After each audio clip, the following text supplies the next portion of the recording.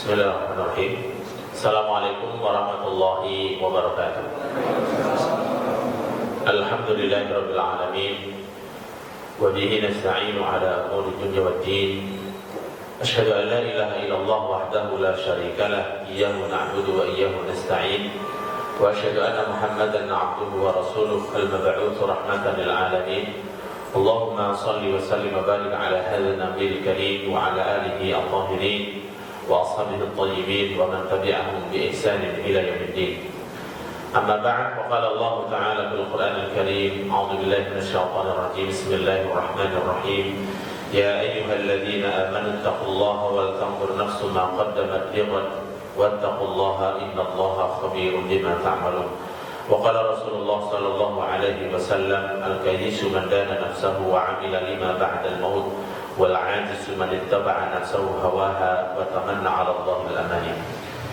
Hadirin jamaah salat maghrib Masjid Baitur Rahman yang dirahmati Allah Subhanahu wa taala, segala puja dan syukur senantiasa kita panjatkan kepada Allah yang senantiasa memberikan dan melimpahkan beragam nikmat kepada kita semuanya. Pada malam hari ini kita bisa hadir di masjid ini dalam rangka menjalankan kewajiban sebagai seorang muslim, yaitu salat maghrib secara berjamaah. Semoga amal ibadah kita diterima oleh Allah Subhanahu wa taala.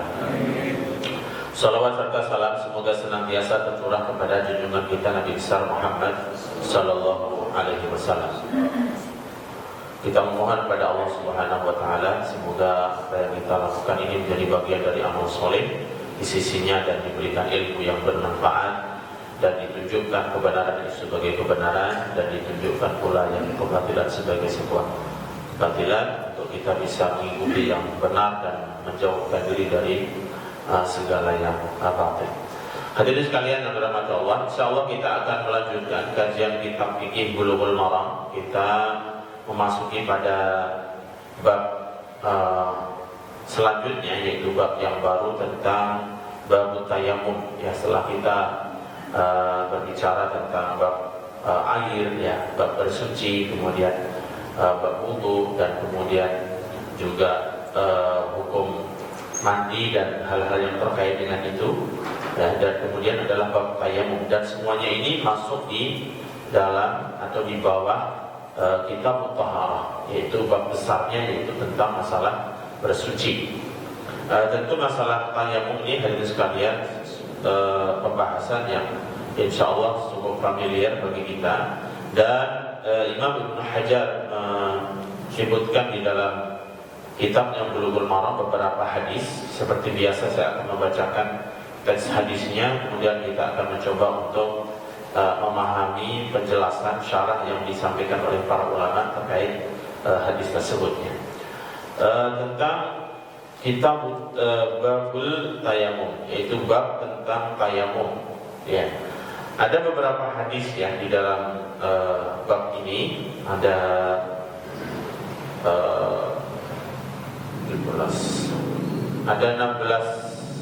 16 hadis yang disebutkan oleh beliau di dalam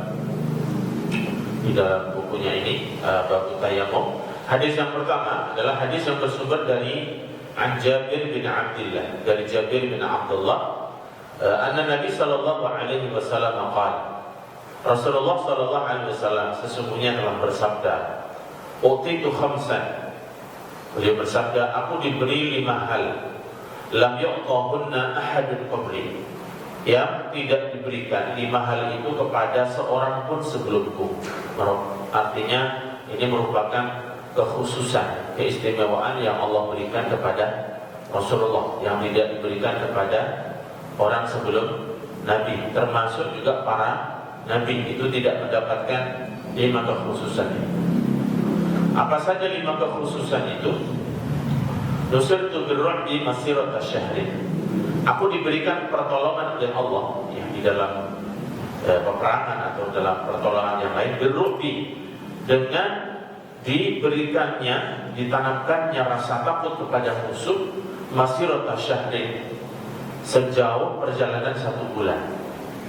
Ya, misalnya perjalanan 1 bulan itu ditempuh untuk menempuh jarak antara Mekah dan Syam misalnya 1 bulan, ya, perjalanan kaki atau dengan onta. Maka kehadiran Rasulullah dengan jarak tempuh seperti itu sudah membuat para musuhnya itu takut. Ya. Allah memberikan rasa takut itu kepada musuh Rasulullah SAW. Ini merupakan kelebihan yang Allah berikan kepada Rasulullah. Itu yang pertama. Wa ju'ilat liyal ardu masjidan wa tahuran.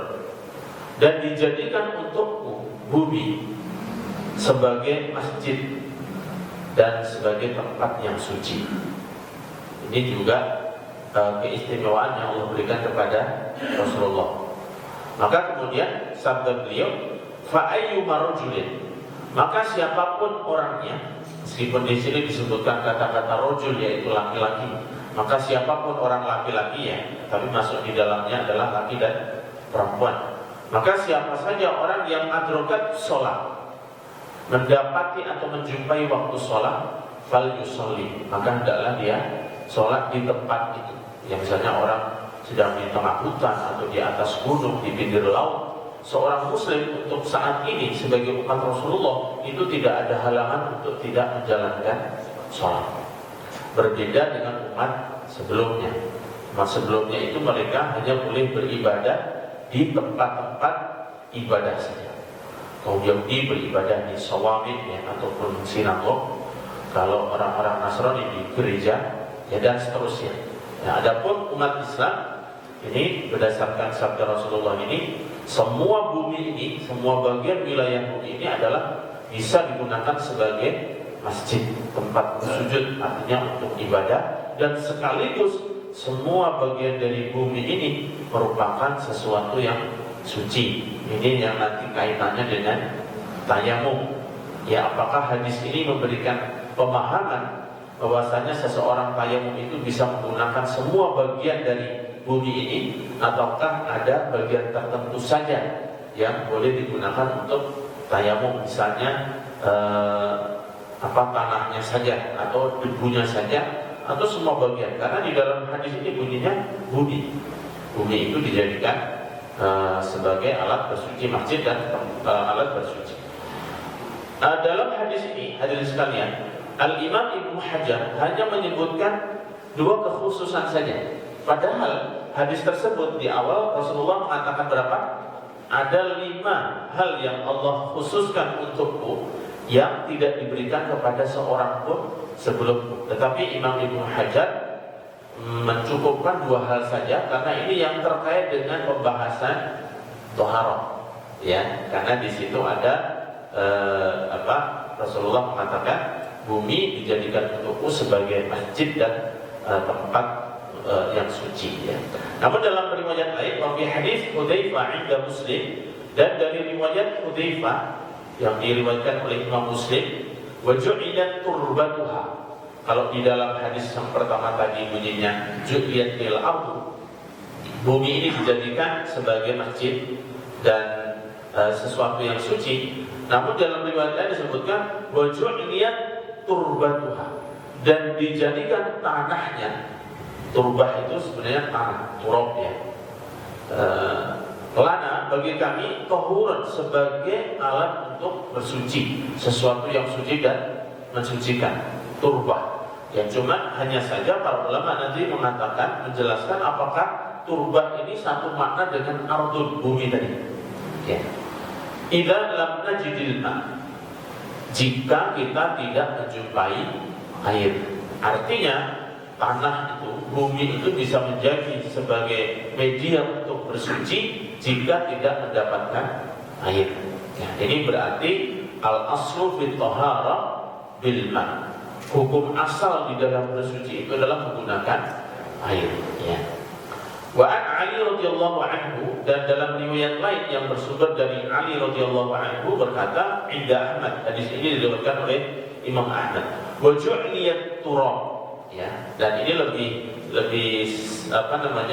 lebih spesifik lagi, dan tanahnya turab di sini atau debunya juga dan tanahnya dijadikan untuk tahuran, sebagai media yang suci dan mensucikan. Ini hadis yang pertama yang disebutkan oleh Imam Ibnu Hajar di dalam bab at-tayammum. Hadis yang kedua Dari Ammar bin Yasir radhiyallahu taala anhuma qala, dari Ammar bin Yasir berkata, ba'athani Nabi sallallahu alaihi wasallam fi hajatin. Rasulullah pernah mengutusku untuk satu keperluan. Fa'ajnabtu, maka waktu itu aku junub ya. Falam ajidil ma', maka aku tidak mendapati air. Fatamarraqtu fis sa'id kama tatamarraqu dabbah, maka aku berguling-guling di sa'id. Sa'id itu tanah ya, permukaan bumi ya, tanah. Sebagaimana binatang itu berguling-guling. Ini ijtihad beliau. Tsumma ataitu Nabi sallallahu alaihi wasallam, maka kemudian aku mendatangi Nabi sallallahu alaihi wasallam, fadzakartu lahu dzalik, dan aku menceritakan apa yang terjadi. Maksudnya yang aku lakukan tadi dengan karena beliau junub ya, Ammar bin Yasir junub, kemudian tidak menjumpai air, maka beliau berinisiatif untuk guling-guling di atas tanah. Maka Rasulullah mengatakan, inna ma yakfika an taqul biyadayka hakada, thumma daraba biyadayhi al-ardha darbatan wahidah, thumma masaha ash-shimal 'ala al-yamin wa dhahira kaffayhi wa wajahahu, muttafaqun alaih wal lafdhu li Muslim. Maka Rasulullah setelah mendengarkan ceritanya Ammar bin Yasir ini, beliau mengatakan, sesungguhnya cukup bagimu wahai Ammar untuk melakukan hal ini. Rasulullah memberikan contoh menepukkan kedua tangannya di atas tanah dengan tepukan sekali saja. Kemudian beliau mengusap tangan kirinya dengan tangan kanannya dan mengusap kedua telapak tangannya dan wajahnya. Hadis ini muttafaqun alaih, diriwayatkan oleh Bukhari dan Muslim, namun redaksinya itu redaksi punya Imam Muslim. Ya. Wa fi riwayat al-Bukhari, dan dalam riwayat Bukhari dikatakan wa daraba bi kaffayhi al-ardh. Rasulullah menepukkan kedua telapak tangannya di atas tanah, wa nafakha fihi, kemudian beliau meniup kedua telapak tangannya itu ya. Tsumma masah bihi ma wajhahu wa kaffayhi, kemudian beliau mengusap dengan dua telapaknya itu wajahnya dan kedua telapaknya, kedua telapak tangannya. Kemudian hadis yang ketiga, Ali bin Umar radhiyallahu taala anhuma, dari Ibnu Umar radhiyallahu taala anhu qala, berkata, qala Rasulullah sallallahu alaihi wasallam, Rasulullah bersabda, at-tayammumu darbatan, tayamum itu dengan dua tepukan. Darbatun lil wajhi, tepukan pertama untuk mengusap wajah, wa darbatun lil yadayn ila al-mirfaqain, dan tepukan kedua untuk kedua tangan sampai siku. Rawahu Daruqutni, hadis ini diriwayatkan oleh Daruqutni, was-shahahul a'immah, dan disahihkan oleh para imam. Ini hadis yang kedua dan ketiga dalam bab tayamum ini, hadirin sekalian, menunjukkan tentang tata cara bertayamum, yang nantinya akan ada perbedaan di dalam mengusap tangan ketika tayamum, apakah cukup sampai telapak tangan saja ataukah sampai siku ya. Maka di situ akan terjadi perbedaan pandangan. Baik, kita kembali kepada hadis yang pertama, hadirin sekalian. Hadis yang pertama tentang sabda Rasulullah sallallahu alaihi wasallam. Di mana hadisnya?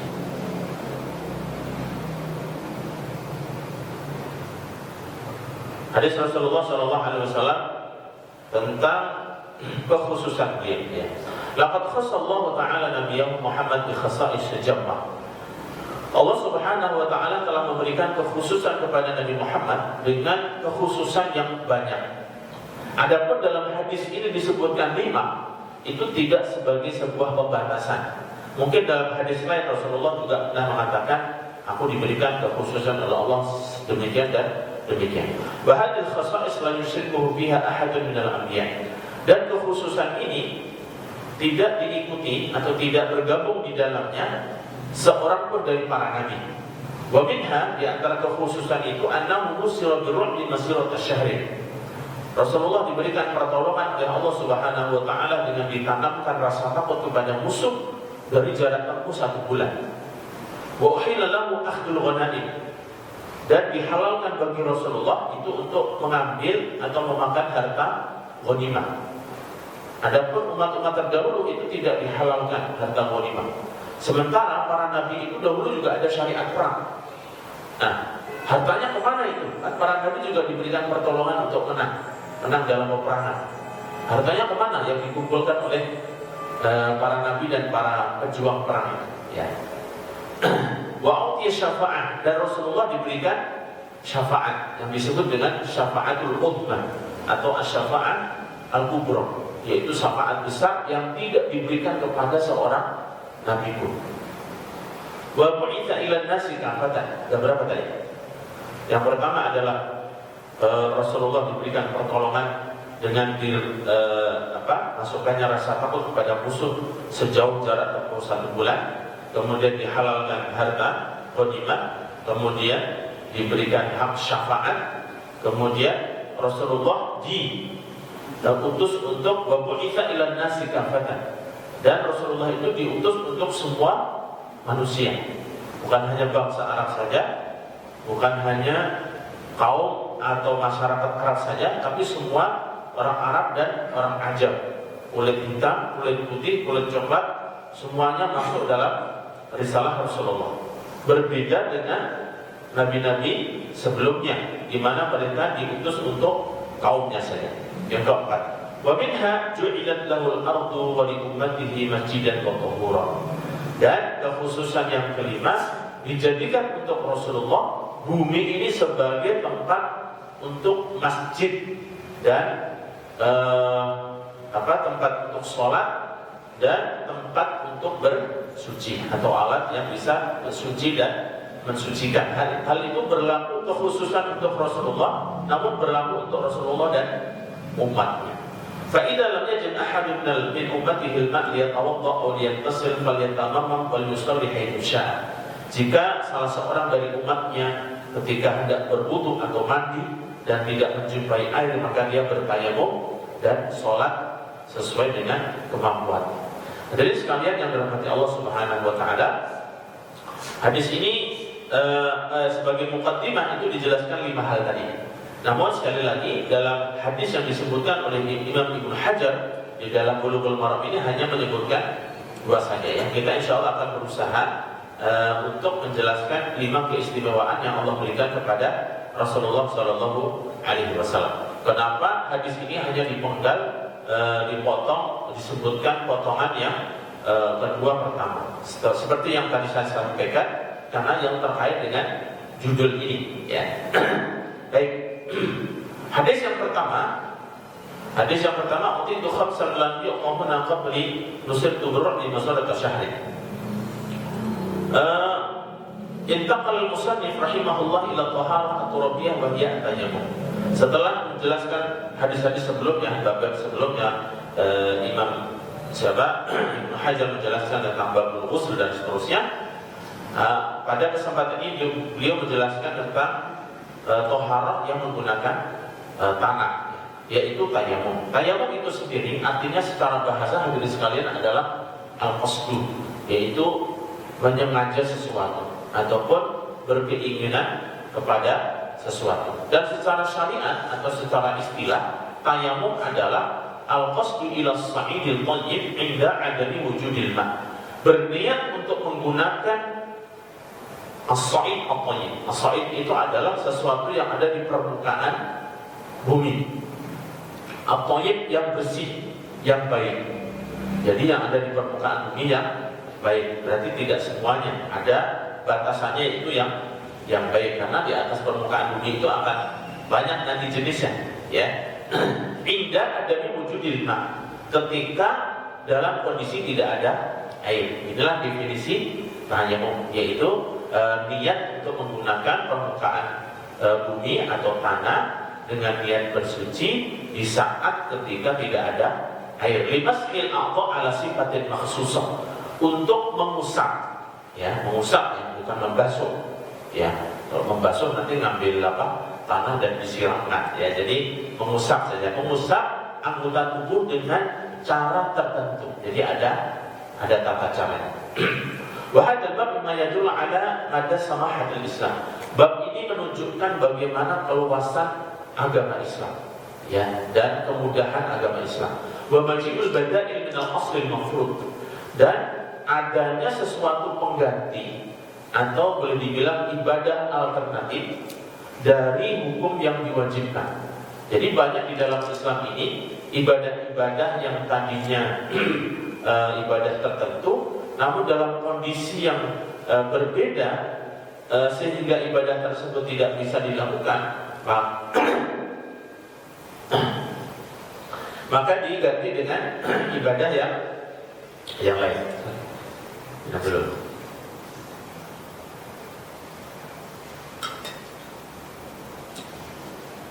Wa hadha awwaluha. Fal aslu fi taharati an takuna bil ma. Hukum asal di dalam bersuci itu menggunakan air. Walakin idza adima al ma ta'adzuran isti'maluhu fala yata'attal at-tashri'. Namun ketika dalam kondisi tidak ada air atau ada air namun seseorang tidak kuasa menggunakannya, maka syariat Islam tidak mendiamkannya. Wala tatawaqqaf fil ibadah, dan ibadah tidak boleh berhenti. Jadi ibadah itu tetap wajib berjalan apapun kondisinya. Bal ya'ti al-badil wa huwa tayammum. Maka ada ibadah alternatifnya dalam bersuci, yaitu dengan cara tayammum.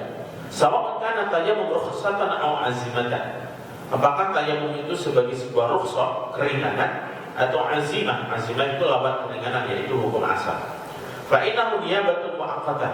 Karena sesungguhnya tayammum itu merupakan ibadah yang sifatnya temporari, ya, tidak selamanya. Artinya dalam kondisi normal maka kembali kepada hukum asal, yaitu bersuci dengan air. Audan man ala hasbil dhuruf, atau boleh jadi tayammum ini menjadi sebuah ibadah azimah. Azimah ini ibadah yang memang pasti bagi orang-orang tertentu, kondisi-kondisi tertentu. Orang sakit yang tidak mungkin tersentuh air, ya, atau di tempat yang situ memang tidak ada air, sehingga dia tayammum terus sepanjang masa. Nah, ini menjadi sebuah azimah. Wa najid al-bada'il fil Islam indama ta'ti syada'in abil mudayaqat wal ajiz. Dan kita jumpai di dalam syariat Islam ini banyak sekali ibadah-ibadah alternatif yang ada atau yang disyariatkan oleh Islam di saat-saat tertentu, ya, di kondisi dalam kondisi seseorang sedang kesulitan atau dalam keadaan tidak mampu. Wa fi ba'dil ahyan tusamma rukhsatan wa ahyan takunu azimatan. Dan kadang ibadah-ibadah alternatif ini atau pengganti ini disebut sebagai rukhsah, keringanan, dan kadang juga merupakan ibadah yang keharusan, ya. Fa idza intahayna min at-taharah wa ji'na ila as-shalah fa inal asl fiha wa qumu ila Allahi qanitin. Jika kita selesai untuk bersuci, melakukan ibadah bersuci, kemudian kita masuk pada bab sholat, maka hukum sholat itu asalnya adalah dengan cara qanitin, berdiri. Hukum sholat pada dasarnya. Fa idza ajiza al-insan 'anil qiyam. Namun dalam kondisi seseorang tidak mampu sholat dengan berdiri, ja'at rukhsah fi an yusalli jalisan. Maka datanglah keringanan seseorang boleh sholat dalam keadaan duduk. Wa idza ajiza 'anil julus. Jika dia tidak mampu juga sholat dengan cara duduk, sholat wa huwa 'ala jambihi, maka dia boleh sholat dengan cara berbaring di atas lambungnya, miring, ya. Ini urutan yang ketiga, ya, berdiri, duduk, baru baring, ya.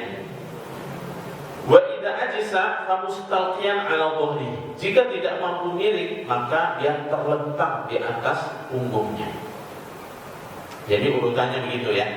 Jadi tidak langsung kemudian nanti tidak mau berdiri langsung terlentang, ya, enak saja, padahal masih bisa duduk dan masih bisa miring, ya. Itu niatnya mau pengen tidur, ya. Jadi ada urutannya, ya, ada urutannya.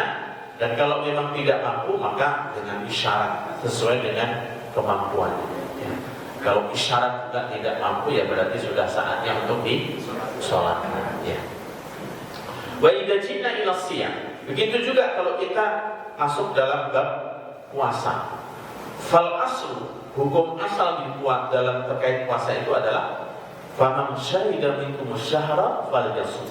Barang siapa yang menyaksikan masuk di bulan Ramadan, maka wajib baginya untuk sholat. Ini hukum asal berpuasa. Fa idza kana ajizan 'ala shaum. Namun dalam kondisi seseorang tidak mampu berpuasa di bulan Ramadan, au talhaqu bi masyaqqatin maradin aw safarin, entah itu karena alasan dia melakukan perjalanan safar atau karena satu sakit, maka fa innahu ta'ti rukhsah fil fitri wal qada' fi ayyamin ukhra. Maka datanglah keringanan untuk boleh tidak berpuasa di bulan Ramadan, namun dia wajib menggantinya di hari-hari yang lain, sebagaimana firman Allah, fa'iddatun min ayyamin ukhra, yaitu mengganti puasa tersebut di hari-hari yang lain. Begitu juga kondisi misalnya orang yang sudah tua renta, tidak mungkin berpuasa secara fisik, dia boleh tidak berpuasa di bulan Ramadan dan juga tidak mengganti puasa di bulan lain, namun cukup membayar apa? Fidyah, ya, membayar fidyah, bukan jihad ya, membayar fidyah sebagai pengganti, ya.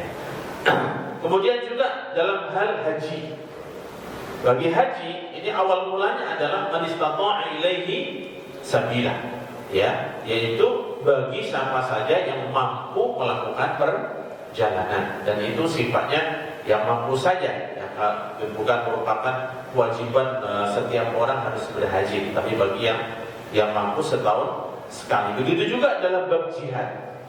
Dalam bab jihad juga demikian, kita jumpai firman Allah, laisa 'alal a'ma haraj wala 'alal a'raj haraj wa 'alal marid haraj.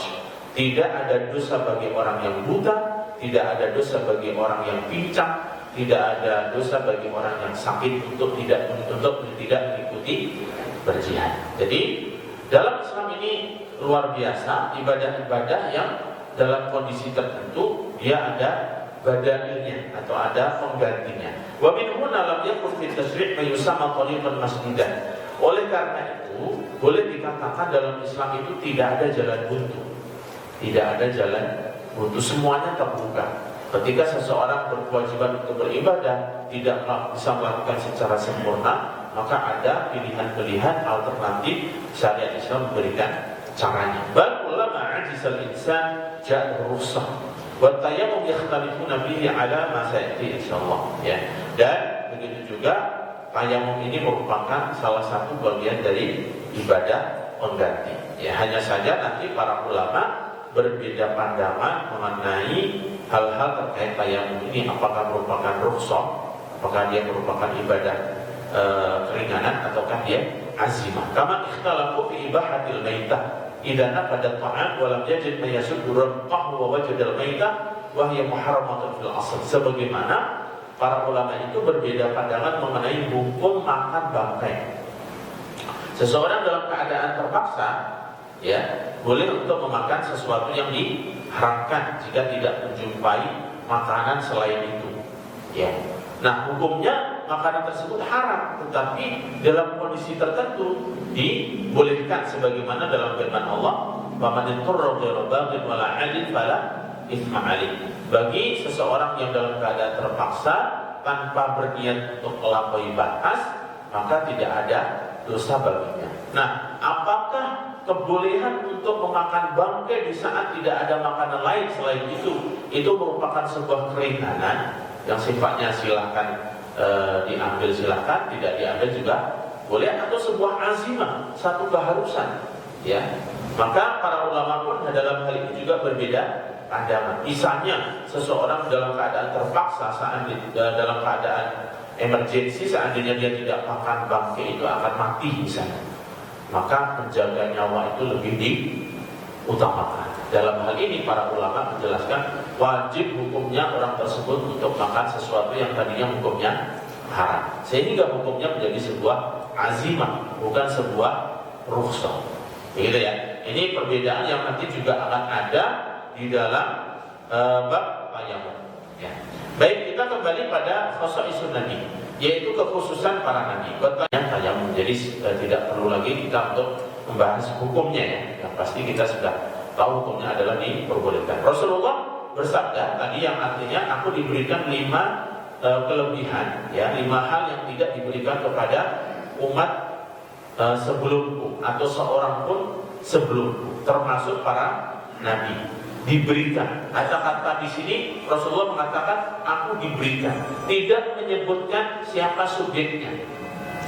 Berbeda dengan Allah memberikanku, gitu ya. Tapi dalam hadis ini bunyinya aku diberikan dengan kalimat pasif, bukan kalimat aktif. Namun meskipun menggunakan kalimat pasif, semua orang sudah memahami bahwasanya yang memberinya itu adalah Allah Subhanahu wa taala. Ya.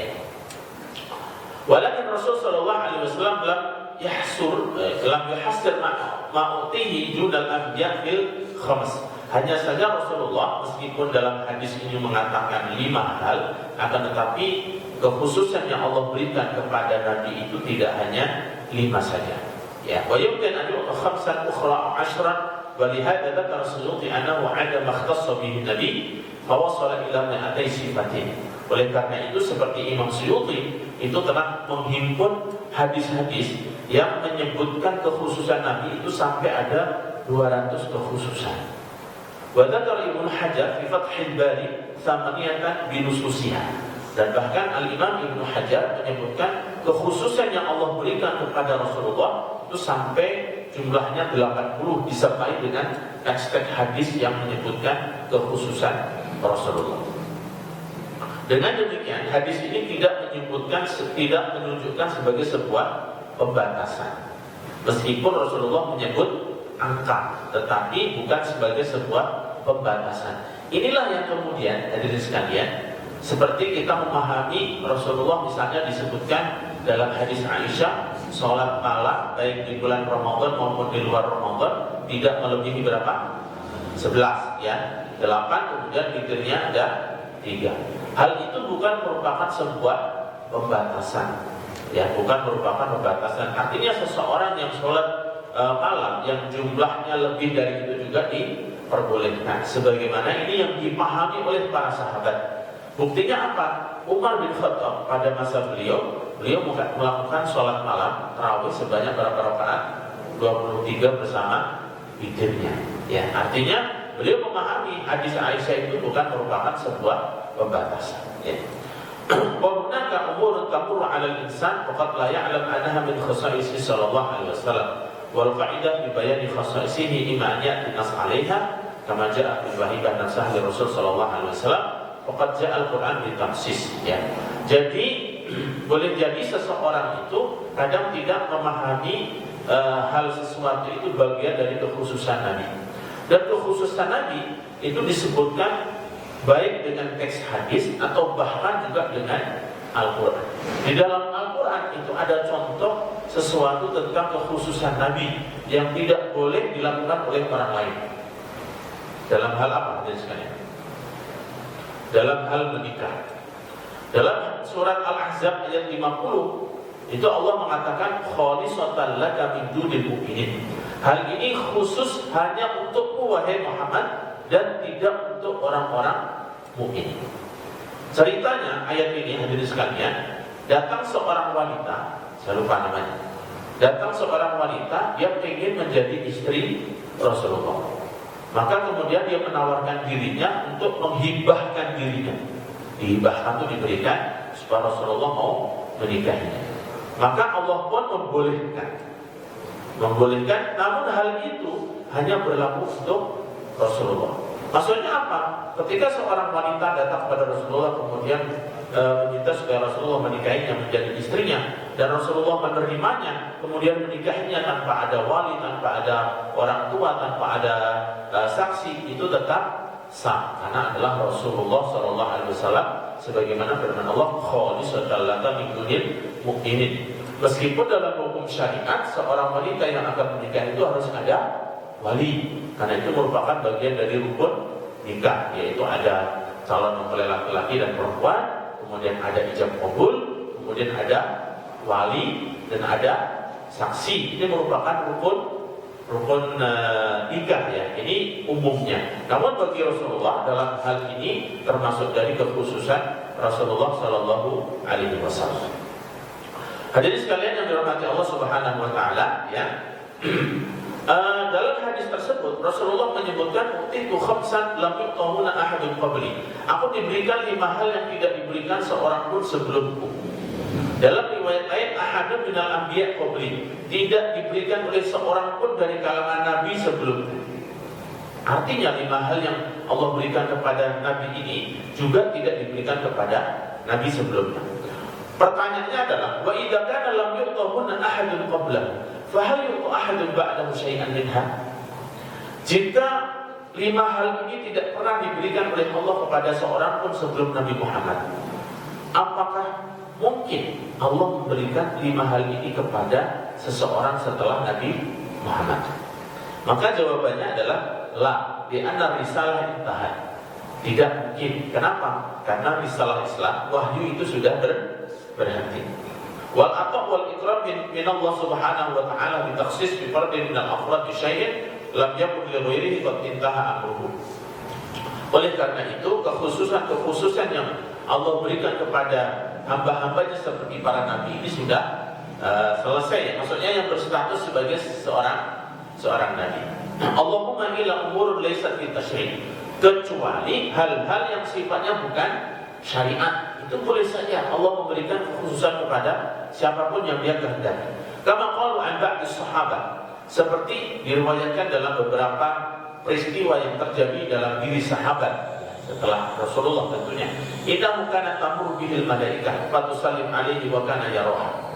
Pernah suatu ketika diceritakan para malaikat itu berjumpa dengan para sahabat dan mereka juga melihat fahadatsa an iktar maqtana'atil malaikah an taslim alaihi. Kemudian para sahabat itu tidak berjabat tangan dengan mereka, namun para malaikat itu tidak bisa ya, iktana'at itu ya tidak bisa melakukan hal itu. Wa an ru'yatihi falam atarakal al-kaid ya. Ini karena para sahabat waktu itu sedang iktawa itu bukan berbekam, yaitu berobat dengan menggunakan besi panas, apa namanya? Ya, al-kaid ya. Namun kemudian falamma tarakal kaid 'ada ilaihi wa qala qad 'ada ilayya ma kana awwalan. Ya, kemudian setelah mereka meninggalkan atau selesai dari berobat dengan menggunakan al-kaid itu, malaikat datang kembali ya. Wa kadzalikal Abbas. Pernah terjadi Al-Abbas bersama anaknya. Al-Abbas itu berarti bapaknya Abdullah bin Abbas, ini Abdullah anaknya, Abbas bapaknya. Ini Al-Abbas paman Rasulullah. Suatu ketika datang ke rumah Rasulullah, wasta'dana ala Rasulullah. Kemudian Al-Abbas ini meminta izin kepada Rasulullah untuk masuk rumahnya. Walam ya'dan lahu wal babu maftuh. Tapi Rasulullah tidak memberikan izin. Pamannya datang, tidak diberikan izin, minta izin, tidak diberikan izin. Sementara pintu rumah Rasulullah itu terbuka. Wa huwa yarahu fi dakhilil bait. Dan Al-Abbas ini mengetahui apa yang ada di dalam rumah. Faqatibal Abbas, maksudnya beliau menyaksikan Rasulullah itu ada di dalam rumah, pintunya terbuka, tapi kenapa tidak mengizinkan? Faqatibal Abbas, maka Al-Abbas ini marah dan pulang. Wa kana fi Bani Hashim nauhiddah, faja'a raji'a ila baitihi. Maka kemudian beliau pulang ke rumah. Faqala lahu Abdullah, maka anaknya Abdullah yang membersaminya tadi, la taqtu bi abi, wahai ayahanda, janganlah engkau marah. La'allahu mashghulun 'anka bi rijali allati kana yatahaddas ma'ahu. Boleh jadi Rasulullah itu sedang sibuk dengan orang yang bersamanya tadi di dalam rumah. Ini Al-Abbas tidak melihatnya, tapi anaknya melihatnya. Ya. Faqala wa hal ma'ahu rajulun. Al-Abbas ini bapaknya mengatakan, apakah tadi Muhammad sedang bersama orang? Maka bala. Qala ma ra'aitu, faraja Al-Abbas maratan ukhra. Maka Al-Abbas mengatakan, anaknya setelah ditanya apakah tadi Muhammad sedang bersama laki-laki seseorang, iya katanya.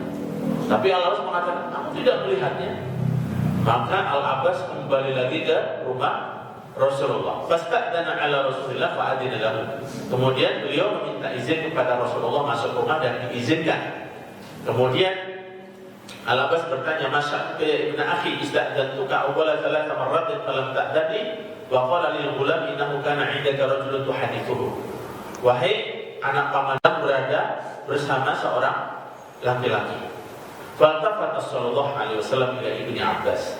Maka Rasulullah menoleh kepada anaknya dari Abdullah ibnu Abbas. Faqala ara'aitahu ya gulam, wahai anak kecil, apakah kamu menyaksikan benar tadi aku bersama seseorang? Qala bala.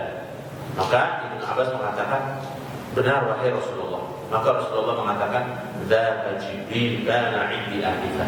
Tadi itu adalah Jibril sedang bersamaku. Ada orang-orang yang Allah berikan kekhususan yang tidak diberikan kepada orang lain. Ya, fa hadza qad yakunu min khususiyatihi, walakin wajadna fi majlisin 'am hadits Umar bainama nahnu julusun dan seterusnya.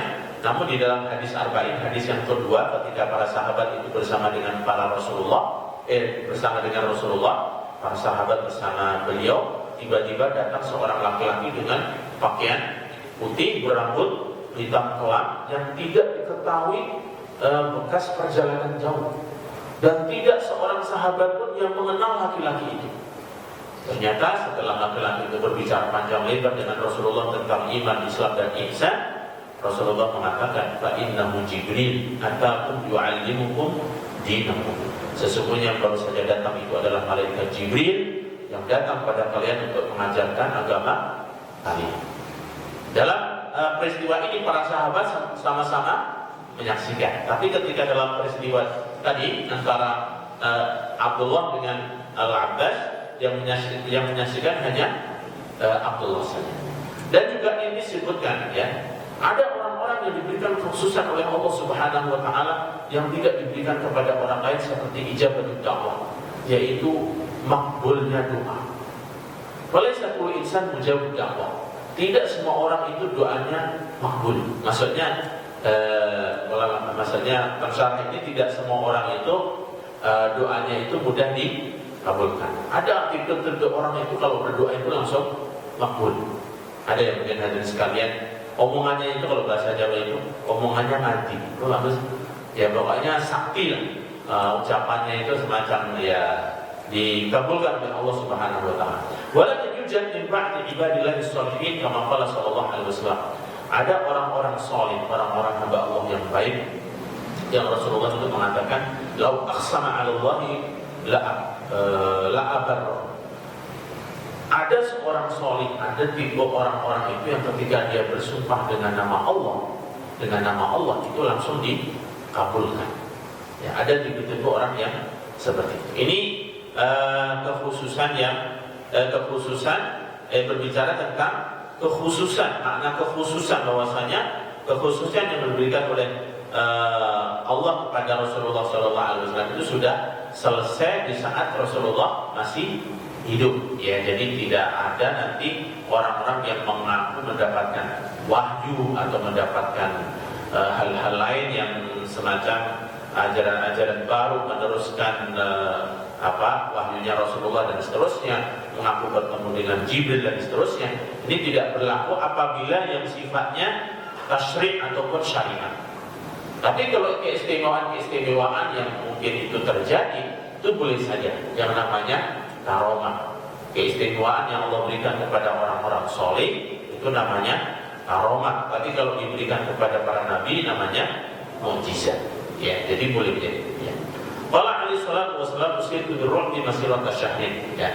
Aku diberikan keutamaan yang pertama oleh Allah Subhanahu wa taala, di mana para musuh itu diberikan rasa takut denganku ketika aku masih berada di jarak tempuh perjalanan 1 bulan. Pertanyaannya hadirin sekalian, sementara Rasulullah itu adalah orang yang sangat lemah lembut. Kesannya biasanya kalau orang ditakuti itu kan karena kekejamannya, penzalimannya dan seterusnya. Sementara Rasulullah itu adalah orang yang lemah lembut, ya, dalam ayat Al-Qur'an, innaka ra'ufur rahim. Engkau adalah orang yang sangat lemah lembut. Tapi kenapa para musuh itu takut? Inilah keistimewaan yang Allah berikan kepada Rasulullah, yaitu berupa pertolongannya. Bahkan kalau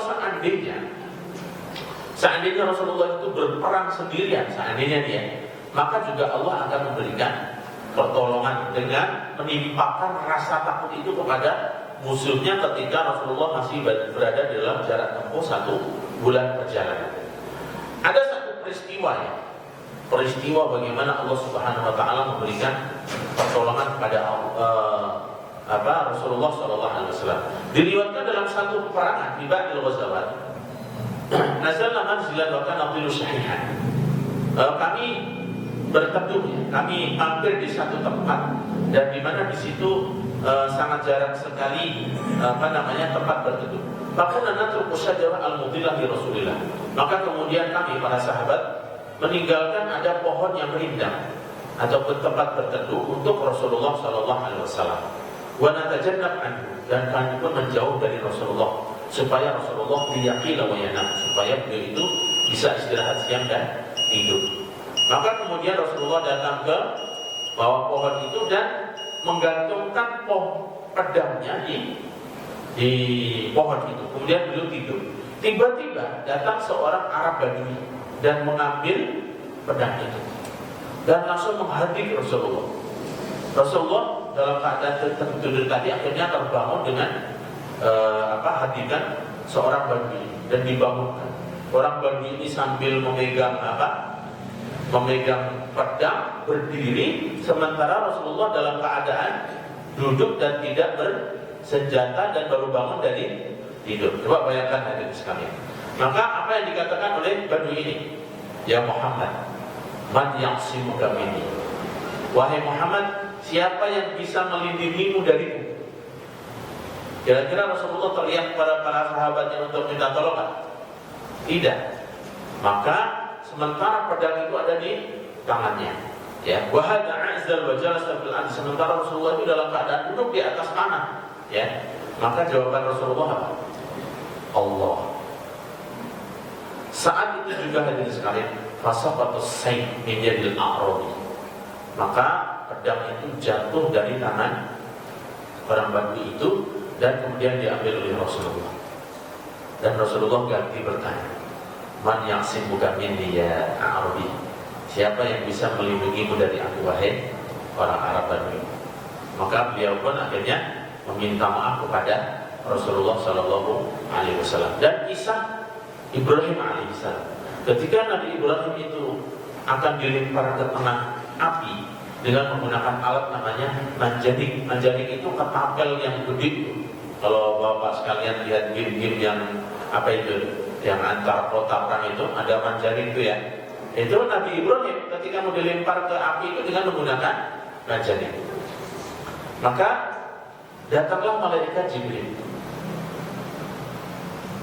Kemudian malaikat Jibril mengatakan, ya Ibrahim, tas'aluni, apakah kamu ada sesuatu yang kau harapkan dariku? Maka jawaban Jibril mengatakan, kalau dari engkau amamika fala. Kalau dari wahai Jibril tidak. Wa amaminallahi fana. Kalau dari Allah iya. Subhanallah. Ini keyakinan para nabi itu luar biasa. Dan sekalian ya, keyakinan para nabi itu tingkat makrifatnya itu luar biasa.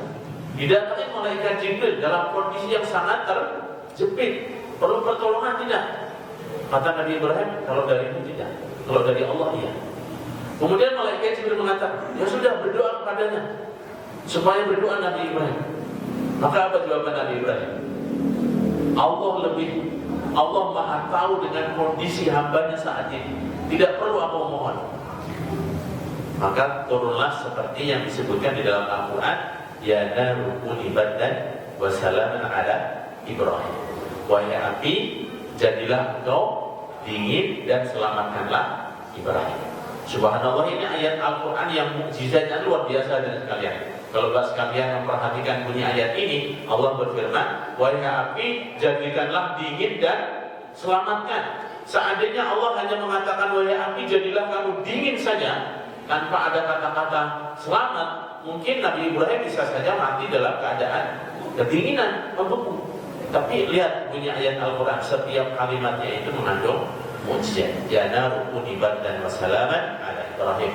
Wahai api, jadilah kamu dingin dan selamatkanlah Ibrahim. Dan kisah-kisah lain yang menunjukkan bagaimana para nabi itu juga mendapatkan pertolongan dari Allah Subhanahu wa ta'ala. Namun pertolongan kepada Rasulullah ini sifatnya khususnya mana? Yang tadi itu Rasulullah masih jarak tempuhnya itu 1 bulan perjalanan, musuhnya itu sudah ketakutan. Itu diantara kelebihan yang Allah berikan kepada Rasulullah sallallahu alaihi wasallam. Baik hadirin sekalian, insyaallah kita akan melanjutkan hadis ini. Masih banyak pembahasannya pada pertemuan yang akan datang. Demikian yang bisa kita sampaikan pada malam hari ini. Semoga bermanfaat bagi kita semuanya. Mohon maaf atas segala kekurangan. Aku qouli hadza astaghfirullahaladzim sallallahu ala sayyidina Muhammadin wa ala alihi wasallam. Kita akhiri dengan hamdalah dan doa kafaratul majlis. Alhamdulillahirabbil alamin. Subhanakallahumma wa bihamdika asyhadu an la ilaha illa anta astaghfiruka wa atubu ilaik. Assalamualaikum warahmatullahi wabarakatuh.